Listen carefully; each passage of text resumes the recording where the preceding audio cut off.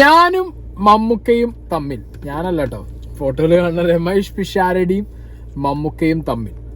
നമ്മുടെ movie world media ഹൈദരാബാദിൻ്റെ ചാനലിലാണ് ഈ ഒരു ഇൻ്റർവ്യൂ വന്നിട്ടുള്ളത്. ഞാനിതിൻ്റെ ഒരു പോർഷൻ കണ്ടു, രാഷ്ട്രീയം പറയുന്ന പോർഷൻ കണ്ടു. ഇപ്പോൾ വേറൊരു പോർഷൻ കൂടി ഇറങ്ങിയിട്ടുണ്ട്, ഞാൻ അതും കൂടി ഒന്ന് കാണണം. അപ്പോൾ രമേഷ് പിഷാരടി ഭയങ്കരമായിട്ട് സംസാരിക്കാൻ അറിയുന്ന ഒരു വ്യക്തിയാണ് അല്ലേ, ഭയങ്കരമായിട്ട് നല്ല കിടിലനായിട്ട് കൗണ്ടർ.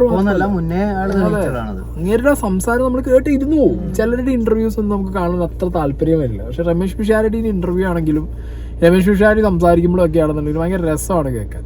നല്ല നല്ല ഉത്തരങ്ങൾ കൊടുക്കും ചോദ്യത്തിന്. അപ്പോൾ എന്താണെങ്കിലും രമേഷ് പിഷാരടി എന്ന് പറഞ്ഞൊരു മനുഷ്യന്റെ മുഖം ഓർമ്മ വരുമ്പോൾ പണ്ടൊക്കെ നമുക്ക് ഒപ്പം ഓർമ്മ വന്നത് ധർമ്മജന്റെ മുഖമാണ്. പക്ഷെ ഇപ്പൊ രമേഷ് പിഷാരടി എന്ന് പറഞ്ഞ ഒരാളുടെ മുഖം ഓർമ്മ വരുമ്പോൾ ഒപ്പം ഓർമ്മ വരുന്നത് മമ്മൂക്കാന്റെ മുഖം. ഞങ്ങൾ തന്നെ ഇതേ കാറിലിരുന്നിട്ട് ചിലപ്പോൾ രമേഷ് പിഷാരടിയും മമ്മൂക്കയും കൂടി ഉള്ളൊരു വീഡിയോ കാണുമ്പോൾ തമ്മിൽ പറയാറുണ്ട്, ഡേ എന്തോന്നടേ ഇങ്ങനെ ഇയാളുടെ ഒന്നും വിട്ടു പോണില്ലേ അല്ലേ. അതെ, ഒരു വലിയ മമ്മൂക്ക ഫാൻ എന്നുള്ള രീതിയിൽ എനിക്ക് എപ്പോഴും ഒരു അസൂയ വന്നിട്ടുണ്ട്. എന്തൊരു ഭാഗ്യവാനാണ് എപ്പോഴും മമ്മൂക്കന്റെ കൂടെ നടക്കാൻ പറ്റണം. ജിത്തുവായി ചില സമയത്ത് പറയും, കണ്ടാ മമ്മൂക്കട്ട അതേ കണ്ടടാ, കണ്ടാ മമ്മൂക്കട്ട അതേ ഷർട്ട്, കണ്ടാ കണ്ടാ ആ വർത്താനത്തിൽ വരെ മമ്മൂക്ക. അതെ, അങ്ങനെ തോന്നിപ്പോവാണ് അല്ലേ. ഈ ഇന്റർവ്യൂ പോലും ഞാൻ വിചാരിച്ചു ഏകദേശം അതുപോലെ ഈവൻ ഹെയർ സ്റ്റൈൽ വരെ നടന്ന് അയാളൊന്നും കൂടെ ഭംഗി കൂടി പോലെയൊക്കെ എനിക്ക് തോന്നി. അപ്പോ രമേഷ് പിഷാരടിയും മമ്മൂക്കയും തമ്മിലുള്ള ബന്ധം എല്ലാവരും എപ്പോഴും ഉണ്ടാവും. ഞങ്ങൾ തുറന്നു പറഞ്ഞത് കാരണം ഞങ്ങൾ പലപ്പോഴായിട്ട് നമുക്ക് തന്നെ അസൂയ തോന്നിയിട്ടുണ്ട്. കാരണം ഇങ്ങനെ ഇയാൾ ഇത് സാധിച്ചെടുത്തു തോന്നിയിട്ടുണ്ട് പെട്ടെന്ന് അല്ലേ. മുതലല്ല, ഇപ്പൊ കുറച്ചു കാലമായിട്ടാണ് ഉണ്ടായത്. മറ്റേ മോഹൻലാലിന്റെ പറയുമ്പോ ആന്റണി വരുമ്പോ ഒരു പണ്ട് മുതലേ ഉള്ളതാണ്. നമ്മള് കേട്ടിട്ടുണ്ട് മമ്മൂക്ക് ഭയങ്കര ദേഷ്യക്കാരനാണ്, എല്ലാരെയും ഭയങ്കരമായിട്ട് ദേഷ്യപ്പെടുന്നൊക്കെ. എന്നിട്ട് അങ്ങനത്തെ ഒരാളെ ഇങ്ങനെ പിഷാരടിനെ കൊണ്ടുനടക്കണൊക്കെ കാണുമ്പോ അപ്പൊ അതിനെ കുറിച്ചിട്ട് നമ്മുടെ ഹൈദരാബാദ് ചോദിച്ചിട്ടുണ്ടായി രമേഷ് പിഷാരടി. അത് നോക്കാം. മമ്മൂട്ടിയായിട്ടുള്ള ആത്മബന്ധമാണ് ഇപ്പോൾ നേരെ അങ്ങോട്ട് നേരെ എനിക്ക് പോകാനുള്ളത്. മമ്മൂക്ക എവിടെ പോയാലും പിഷാരടി ഉണ്ട്. പല പല സ്ഥലങ്ങളിൽ എവിടെ പോയാലും ട്രോളുകൾ ഇറങ്ങുന്നുണ്ട്. മമ്മൂക്ക ട്രോളുണ്ടോ? എന്ത് ട്രോളുകൾ ഇറങ്ങുന്നുള്ളത്. മമ്മൂക്കയുടെ ഒപ്പം പിഷാരടി. അതിലെന്താ ട്രോൾ ചെയ്യാനുള്ളത്? ആളുകൾ ഓരോ കാര്യങ്ങൾ ഇടുന്നുണ്ടല്ലോ. മമ്മൂക്ക എവിടെ പോയാലും പിഷാരടി ഉണ്ട്. നിങ്ങൾ തമ്മിലുള്ള സൗഹൃദം. അല്ല, ആക്ച്വലി ഞാൻ എന്താ പറയുക, ഈ പോർഷൻ വെച്ചേ അത് പലരും വിചാരിക്കും ഇതൊരു അൺവാണ്ടഡ് ക്വസ്റ്റ്യൻ അല്ലേ. ശരിക്കല്ല, ട്രോളുകൾ വരുന്നുണ്ട്. ഇപ്പൊ നമ്മൾ എത്രയോ വട്ടം പേഴ്സണലി ഇരുന്ന് ഡിസ്കസ് ചെയ്തിട്ട് ഇത് എന്ത് ഇവര് തമ്മിലുള്ള സിനിമാക്കാരുടെ പോലെ കറക്റ്റാണ്. ജിത്തുവായി പറഞ്ഞ കറക്റ്റാ. കാരണം സിനിമാക്കാരെ തന്നെ പറയുന്നുണ്ടോ ഇങ്ങനെടാ ഇവൻ കേറിപ്പറ്റി,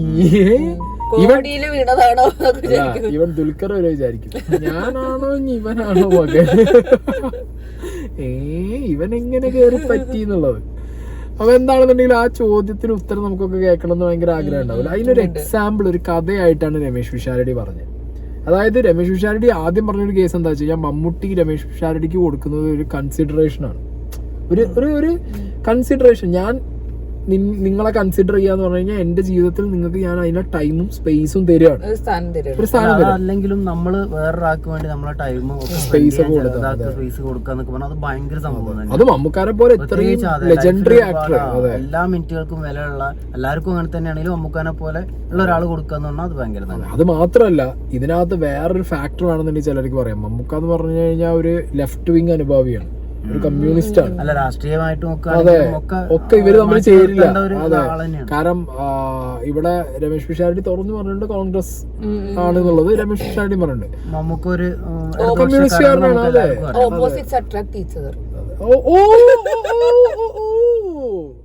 അപ്പൊ ഇവര് തമ്മിലുള്ള ചില ആശയങ്ങളിൽ വരെ ഡിഫറൻസുകൾ ഉണ്ടെങ്കിൽ പോലും ഹ്യൂമൻ ബീങ്സ് തമ്മിലുള്ള ബന്ധമാണ് ഇവിടെ പറയുന്നത്. അതും മമ്മൂട്ടിയെ പോലുള്ള ഒരു മഹാനടൻ ഈ പറഞ്ഞ ഒരു ഫ്രണ്ട് സർക്കിളിലേക്ക് ഇപ്പൊ രമേഷ് പിഷാരടി കുറഞ്ഞു പോയി നല്ലട്ടോ ഞാൻ പറഞ്ഞേ. പക്ഷെ ഈവൻ ഏജ് വെച്ചിട്ടാണെങ്കിലും വയസ്സിനും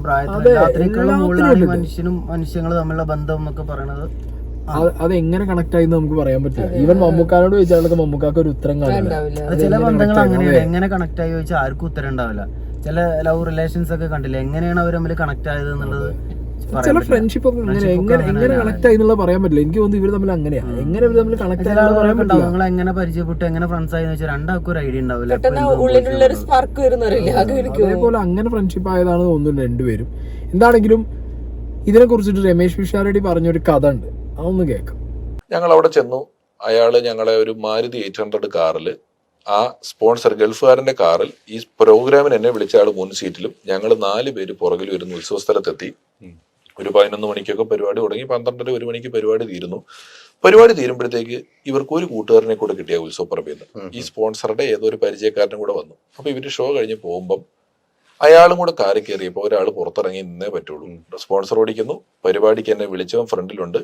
താരതമ്യേന എന്നേക്കാൾ താരമൂല്യമുള്ളവരും ഇവർക്ക് വേണ്ടപ്പെട്ട ആ 3 പേരെയും ഈ കൂട്ടുകാരനെയും കൂടെ കൂട്ടി ഈ കാർ സ്റ്റാർട്ട് ചെയ്യുമ്പോൾ എന്നോട് പറഞ്ഞു, ഇവിടുന്ന് ഒരു 8 കിലോമീറ്റർ അപ്പുറത്താണ് ജംഗ്ഷൻ, ഇവരെ അവിടെ കൊണ്ടാക്കിയിട്ട് തിരിച്ചു വരാം, ഇപ്പൊ ഒരു 1:30 മണിയായിട്ടുണ്ട്, എന്നിട്ട് പിഷാരുടെയും കൊണ്ടാക്കാം എന്നും പറഞ്ഞ് ഈ കാറ് പോയി.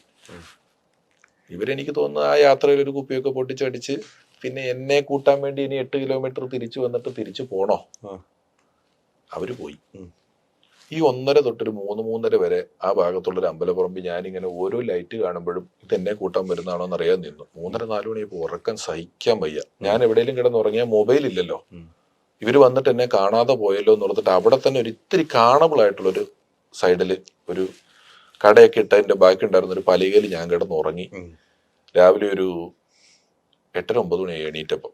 അന്നേരം ഇന്നലെ ഉത്സവത്തിന് പരിപാടി കാണാൻ വന്നവരൊക്കെ വീട്ടിൽ ചെന്ന് കുളിച്ച് ജോലിക്ക് പോകാൻ നിൽക്കുമ്പോൾ അതേ ഉത്സവപ്പറമ്പിൽ ഞാൻ നിൽക്കാറും, നിങ്ങൾ ഇന്നലെ ഇവിടെ പരിപാടി കളിച്ച ആളല്ലേ, പോയില്ലേ എന്നൊക്കെ ചോദിച്ചു. പലരും ചോദിച്ചു.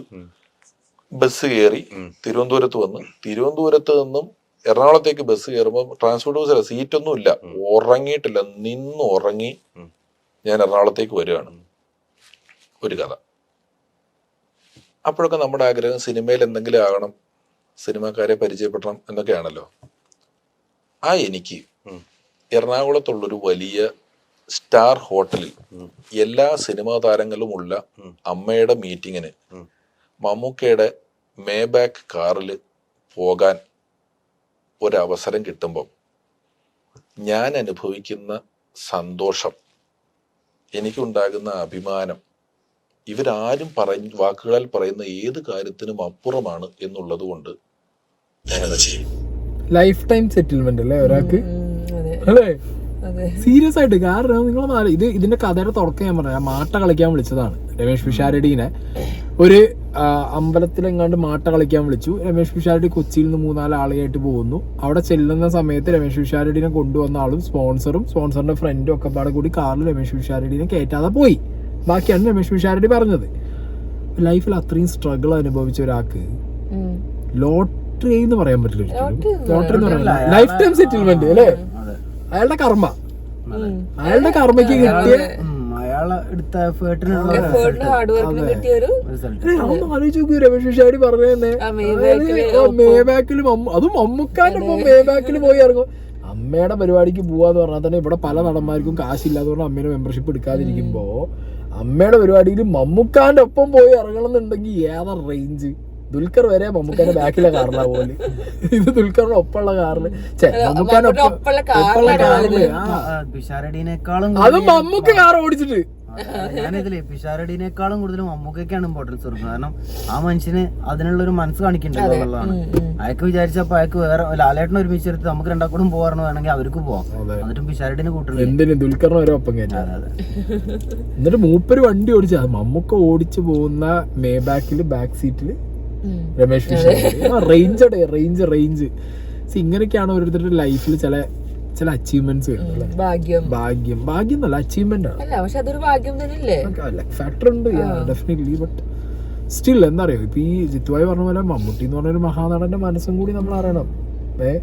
പിന്നെ വേറെ കാര്യമുണ്ട്, ചിലപ്പോ ഇങ്ങനെയായിരിക്കാം. മമ്മൂട്ടി എന്ന് പറഞ്ഞാൽ എപ്പോഴും അപ്ഡേറ്റഡ് ആയിട്ട് ഇരിക്കാൻ താല്പര്യപ്പെടുന്ന ഒരാളാണ്. നമ്മള് പറയാറില്ലേ ചിലപ്പോ പിഷാരടി അവിടെ നിന്ന് കോമഡി ഒക്കെ പറയുമ്പോ മമ്മൂട്ടി ആസ്വദിക്കുന്നുണ്ടാവും. അതിനൊക്കെ ഇങ്ങനെ അല്ല, ഇവര് പിഷാരടി ഇന്റർവ്യൂ നിങ്ങൾ ഫുൾ ആയിട്ട് കാണും. ഇതിൽ തന്നെ പിഷാരടി പറയുന്നുണ്ട് ചില ഹെൽത്തി ഡിബേറ്റ്സ് സിനിമകളെ കുറിച്ചും രാഷ്ട്രീയത്തിനെ കുറിച്ചൊക്കെ ഇവർ രണ്ടുപേരും ചർച്ച ചെയ്യാറുണ്ട്.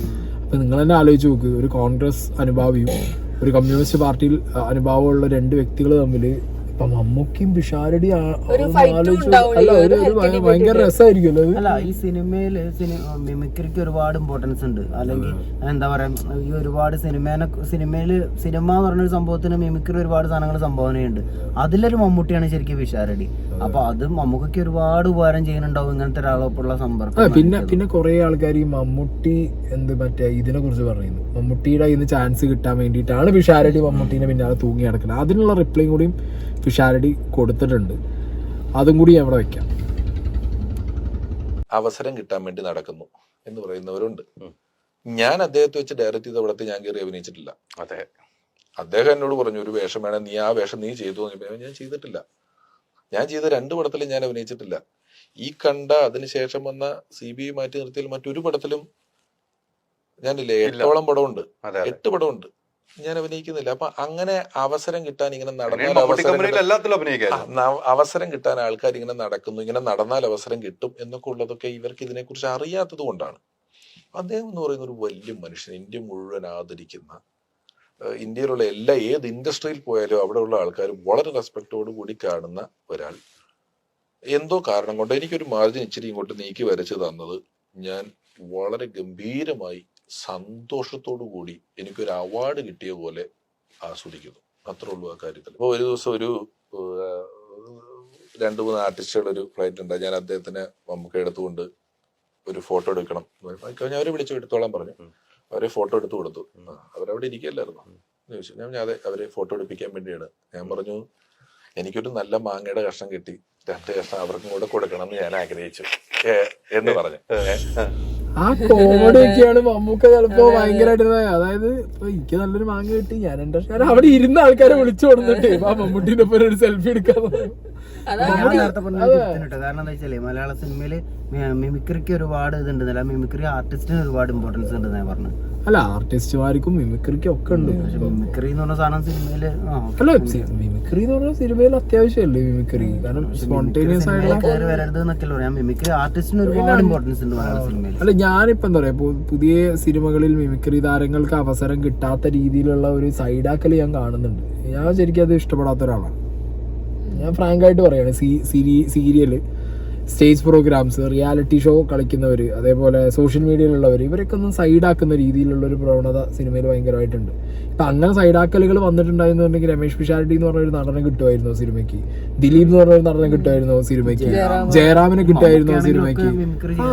അപ്പൊ മിമിക്രിയിലൂടെ വന്ന ആളുകളാണ് ഇപ്പൊ കാണുന്ന ലെജൻസ് പലരും, അല്ലേ? പല ലെജൻഡുകളും ഇപ്പോഴും മിമിക്രിയിൽ വന്ന ആളുകളാണ്. അപ്പൊ മിമിക്രി ആണെങ്കിലും മിമിക്രിയുടെ ഒരു മാറിയ ഫേസാണ് സോഷ്യൽ മീഡിയ. ഈ സോഷ്യൽ മീഡിയ ആണെങ്കിലും മിമിക്രി ആണെന്നുണ്ടെങ്കിലും ഇതെന്നൊക്കെയുള്ള ആളുകളെ സൈഡാക്കുന്ന രീതിയിലുള്ള ഒരു പ്രവണത കാണുമ്പോൾ പറഞ്ഞു പോയതാണ്. കാരണം ഇപ്പൊ രമേഷ് പിഷാരടിയൊക്കെ വന്നിരുന്ന അഭിമാനം കൊള്ളുന്ന സ്ഥലത്ത് നാളെ വേറൊരാൾക്ക് വന്നിരിക്കാം. ഇന്ന് മമ്മൂക്കാരൊപ്പം രമേഷ് പിഷാരടി ഇരിക്കുന്ന പോലെ നാളെ ഏതാണോ സൂപ്പർ സ്റ്റാർ അന്നത്തെ അയാളൊപ്പം വേറെ അതെ. പിന്നെ ഇതിലൊക്കെ അങ്ങനെ സൈഡാക്കൾ കണ്ടു. അതുകൊണ്ട് ഇപ്പൊ ആ ഫ്ലോയിൽ വന്നപ്പോ പറഞ്ഞു പോയതാ. എന്താണെങ്കിലും രമേഷ് പിഷാരടി കൂളാണ്.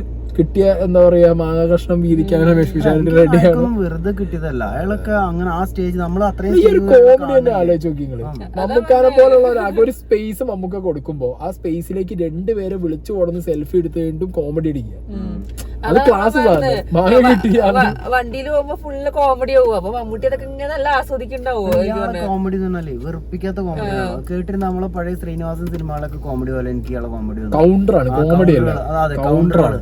അത് ഭയങ്കര കൗണ്ടർ. ഒരാളെ ഇറിറ്റേറ്റ് ചെയ്യിപ്പിക്കാത്ത അല്ലെങ്കിൽ ഒരാളെ ഹേർട്ട് ചെയ്യാത്ത രീതിയിലുള്ള കൗണ്ടറുകളാണ്. ഒന്നും വേണ്ട. ഈ നമ്മുടെ ഈ ഹൈദർബാദിനായിട്ടുള്ള ഇന്റർവ്യൂ തന്നെ ചില സമയത്ത് ചില ഇന്റർവ്യൂസിൽ ഹൈദർബാദിനെ വന്നിരിക്കുന്ന ഗസ്റ്റുമാരിട്ട് കൊട്ടാറുണ്ട്, കൊട്ടി വിടാറുണ്ട് അങ്ങനെ. പക്ഷെ ഇങ്ങനെ ത്രൂ ഔട്ട് ഇന്റർവ്യൂ, ഞാൻ ഇന്നലെ കണ്ട പാർട്ടി ഇന്റർവ്യൂലൊക്കെ കൊട്ടില്ല, കൗണ്ടർ മാത്രമാണ്. അത് ഭയങ്കര നമുക്ക് കേട്ട് കഴിഞ്ഞാലും ഒരു വിഷയവുമില്ല. ഹെൽത്തി സാധനങ്ങൾ. അന്ന് ഹൈദർബാദിനെ മറ്റേ സ്റ്റേജിൽ കയറ്റി ഷൈൻ ടോം ചാക്കും ബാസിയും കൂടി ഊക്കി വിട്ടൊരു പരിപാടി കാണിച്ച്. ഇതങ്ങനെയല്ല, ഇത് ക്ലാസ് സാധനങ്ങൾ. ഒന്നാമത് പറയുന്ന ആൾക്കാരെ നമ്മൾ ശ്രദ്ധിക്കണം. അതാണ് ആരൊക്കെ രമേഷ് പിഷാരടി അവർക്കൊക്കെ അത്രയും മെച്ചോർഡ് ആയ ആൾക്കാരാണ്. അതെ, പ്രത്യേകിച്ച് ഇപ്പൊ മമ്മൂക്കാന്റെ ഒപ്പം കൂടി ആകുമ്പോ ഒരു ലെവല് കൂടിയിട്ടുണ്ടാവും. വർത്താനൊക്കെ പഠിച്ചിട്ടുണ്ടാവും എങ്ങനെ പറയണ്ടെന്നൊക്കെ ഉള്ളത്. എന്നാലും ഞാൻ കണ്ട ഒരു മാറ്റം, നമ്മൾ ആ കണ്ട മാറ്റം കറക്റ്റ് ആണ് കേട്ടോ. മമ്മൂക്ക രമേഷ് പിഷാരടിയിലേക്ക് വന്നതല്ല, രമേഷ് പിഷാരടി മമ്മൂക്കയിലേക്ക് മാറി തുടങ്ങി. അപ്പൊ ഇയാൾ എത്രത്തോളം മ്യൂച്വൽ ഇതുണ്ടാവും. ഇപ്പൊ നമ്മള് സമ്പർക്കത്തിൽ നമ്മളൊക്കെ അറിയാതെ ഇൻഫ്ലുവൻസ് അങ്ങോട്ടും ഇങ്ങോട്ടും ഒക്കെ ഉണ്ടാവും. അതുപോലെ രമേഷ് പിഷാരടിക്കും ചിലപ്പോൾ തിരിച്ച് മമ്മൂക്കയും അതുപോലെ എന്തെങ്കിലുമൊക്കെ എടുത്തിട്ടുണ്ടാവും. ഇയാളെ എന്നുള്ള നല്ലതുപോലുള്ള കൗണ്ടർ പറയാനുള്ള കഴിവുകളും ഒക്കെ മമ്മൂക്ക എൻജോയ് ചെയ്യുന്നുണ്ടാവും. അത് മമ്മൂക്കയും ഇത് ചെയ്യാൻ നോക്കുന്നുണ്ടാവും. ഇന്റെ ഒപ്പം നടന്നു കിടന്ന് ഇവരിപ്പോ ഭയങ്കര സംഭവമായിട്ടുണ്ട് എന്നാണ് പലരും പറയുന്നത്. വീഡിയോയിൽ ഒരുപാട് ആളുകളുണ്ട് ഞാൻ ഭയങ്കര സബ്സ്റ്റാൻഡേർഡ് ആയി എന്ന് പറയുന്നത്. അല്ല, ഞങ്ങളെ കൂടെ നടന്നിട്ട് സായി നല്ല സ്റ്റാൻഡേർഡ് ആയി എല്ലാരും പറയുന്നുണ്ട്. Okay bye. ഇനി ഇവിടെ ഇരുന്ന പൊക്കി അടിക്കും സ്വന്തമായിട്ട്.